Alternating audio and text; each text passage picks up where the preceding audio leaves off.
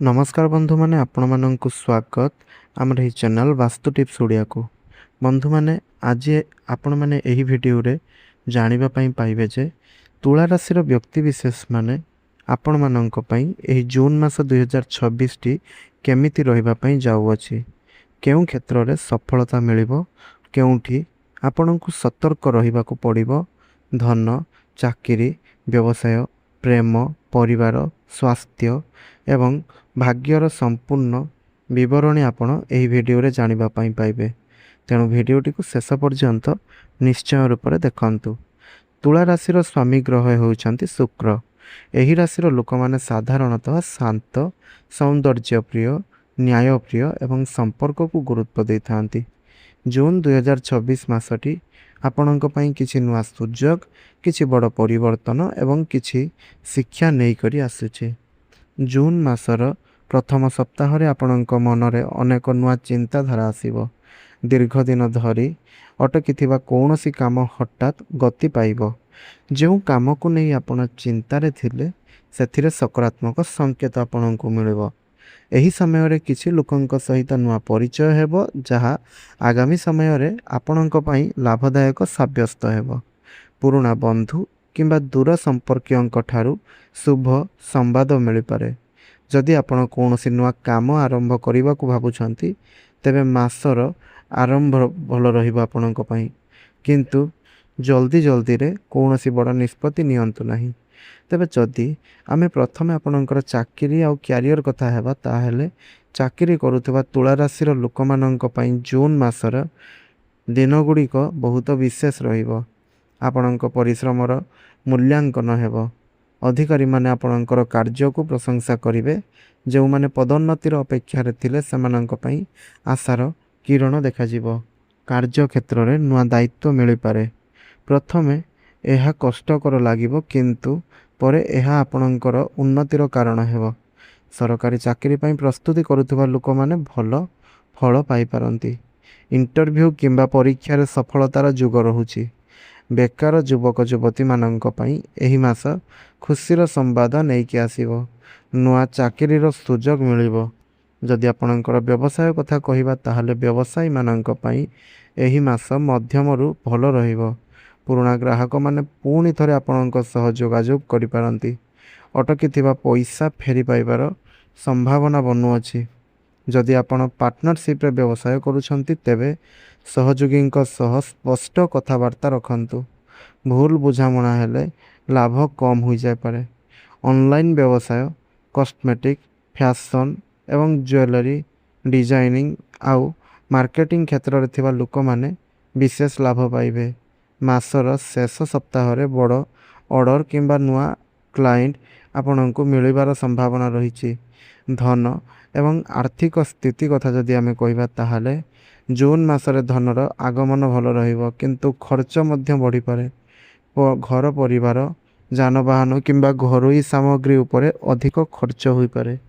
जो माने जमी, घर किंबा जानवाहन किनिबाकू चाहुचंती, सेमानंक पई समय अनुकूल रहिबो। निवेश करिबाकू चाहुतिले अभिज्ञता थिबा व्यक्तिंकर परामर्श नै काम करंतु। लॉटरी किंबा अधिक रिस्क थिबा कामरे धन लगाइबा उचित हेबो नाही। मासर मझी भागरे हठात धन लाभर जुग देखा देबो। तो एबे आपणकर पारिवारिक जीवन कथा जदि कहिबा, परिवार रे सुख और शांति वृद्धि पाइबो। घरर बड़ मानकर आशीर्वाद मिलिबो। दीर्घ दिन धरी चालुथिबा कौनसी पारिवारिक समस्यार समाधान हेबो। भाई भौणींक सह संपर्क मधुर रहिबो। परिवार रे कौनसी शुभ कार्यर आयोजन होई पारे। विवाह, गृह प्रवेश किंबा धार्मिक कार्य रे जोग देवार सुजोग मिलिबो। पितामातांकर स्वास्थ्य प्रति अल्प ध्यान देवा आपणक पई आवश्यक अटे।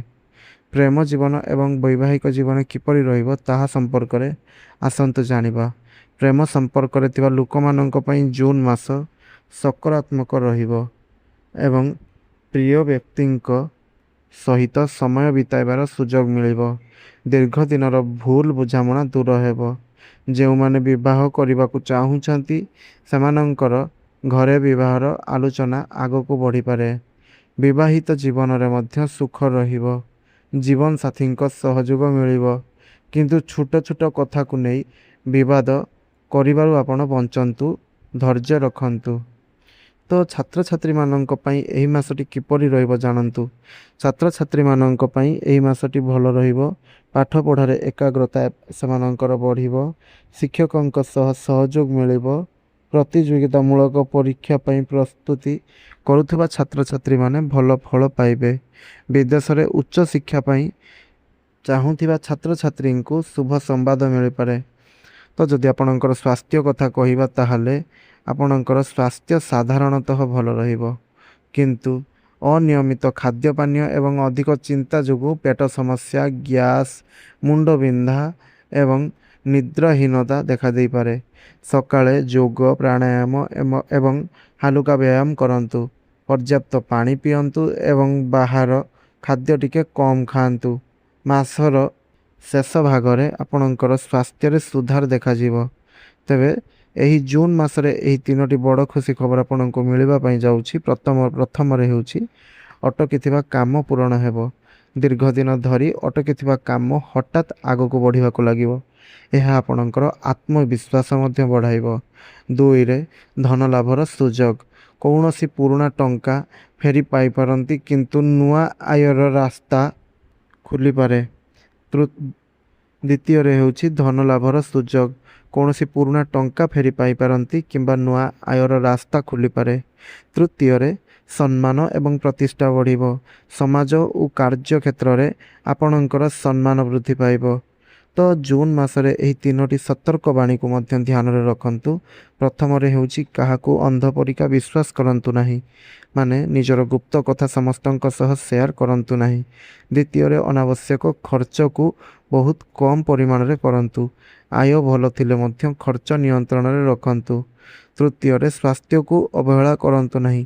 ଛୋଟ ଛୋଟ ଯେଉଁ ସମସ୍ୟାକୁ ହାଲୁକାରେ ନେଲେ ସେହି ସମସ୍ୟା ପରେ ବଡ଼ ଅସୁବିଧା ଆପଣଙ୍କ ପାଇଁ ଆଣିପାରେ। ତେବେ ତୁଳାରାଶିର ବ୍ୟକ୍ତିବିଶେଷମାନଙ୍କ ପାଇଁ କିଛି ଶୁଭ ଉପାୟ ଗୁଡ଼ିକ ମଧ୍ୟ ରହିଛି, ଯାହାକୁ କରିବା ଦ୍ୱାରା ମା ଲକ୍ଷ୍ମୀଙ୍କର କୃପା ଆପଣଙ୍କୁ ମଧ୍ୟ ପ୍ରାପ୍ତି ହେବ। ତ ଆପଣ ପ୍ରତ୍ୟେକ ଶୁକ୍ରବାର ମା ଲକ୍ଷ୍ମୀଙ୍କର ପୂଜା କରନ୍ତୁ। ଓମ୍ ଶ୍ରୀଂ ମହାଲକ୍ଷ୍ମୀ ନମଃ ମନ୍ତ୍ରର ଜପ 108 ଥର କରନ୍ତୁ। ଧଳା ରଙ୍ଗର ବସ୍ତ୍ର ଦାନ କରନ୍ତୁ। ଗରିବ ଲୋକଙ୍କୁ ଚାଉଳ କିମ୍ବା ମିଠା ଦାନ କରନ୍ତୁ। ଶୁକ୍ରବାର ଦିନ ଗାଈକୁ ରୁଟି ଖାଇବା ପାଇଁ ଦିଅନ୍ତୁ। ତେବେ ବନ୍ଧୁମାନେ, ଏହି ଜୁନ୍ ମାସ 2026 ଯାହାକି ତୁଳା ରାଶିର ବ୍ୟକ୍ତିବିଶେଷମାନଙ୍କ ପାଇଁ ଉନ୍ନତି, ଧନଲାଭ, ସମ୍ମାନ ଏବଂ ନୂଆ ସୁଯୋଗର ମାସ ରହିବ। କିଛି ଚ୍ୟାଲେଞ୍ଜ ମଧ୍ୟ ଆସିବ, କିନ୍ତୁ ଧୈର୍ଯ୍ୟ ଏବଂ ବୁଦ୍ଧିମତ୍ତାର ସହ କାମ କଲେ ସମସ୍ତ ସମସ୍ୟାର ସମାଧାନ ହେବ। ଭାଗ୍ୟ ଆପଣଙ୍କ ସାଥିରେ ରହିବ ଏବଂ ଅନେକ କ୍ଷେତ୍ରରେ ଆପଣଙ୍କୁ ସଫଳତା ମଧ୍ୟ ପ୍ରଦାନ କରିବ। ତେବେ ବନ୍ଧୁମାନେ, ଆଶା କରୁଛି ଭିଡ଼ିଓଟି ଆପଣଙ୍କୁ ନିଶ୍ଚୟ ରୂପରେ ଭଲ ଲାଗିଛି। ଯଦି ଭିଡ଼ିଓଟି ଭଲ ଲାଗିଛି ତେବେ ଭିଡ଼ିଓଟିକୁ ଗୋଟିଏ ଲାଇକ୍ କରନ୍ତୁ। ତଳେ ଆସୁଥିବା କମେଣ୍ଟ ବକ୍ସରେ ଜୟ ଜଗନ୍ନାଥ ନିଶ୍ଚୟ ରୂପରେ ଲେଖନ୍ତୁ ଏବଂ ଚ୍ୟାନେଲଟିରେ ନୂଆ ଥିଲେ ଚ୍ୟାନେଲଟିକୁ ସବସ୍କ୍ରାଇବ୍ କରି ପାଖରେ ଆସୁଥିବା ବେଲ୍ର ଆଇକନ୍ଟିକୁ ନିଶ୍ଚୟ ରୂପରେ ଦବାଇ ଦିଅନ୍ତୁ, ଯାହାଫଳରେ ଆମେ ଯେଉଁ ଭିଡ଼ିଓ ଅପଲୋଡ଼ କରିବୁ ତାହା ଆପଣ ସର୍ବପ୍ରଥମେ ପାଇପାରିବେ। ଭିଡ଼ିଓଟିକୁ ଅନ୍ୟମାନଙ୍କ ସାଥିରେ ସେୟାର କରନ୍ତୁ। ତେବେ ବନ୍ଧୁମାନେ, ଆଜିର ଭିଡ଼ିଓଟିକୁ ଏଇଠି ରଖୁଛି। ପୁଣି କଥା ହେବା ଆଉ ଏକ ନୂଆ ଭିଡ଼ିଓ ମାଧ୍ୟମରେ। ରହୁଛି। ଧନ୍ୟବାଦ।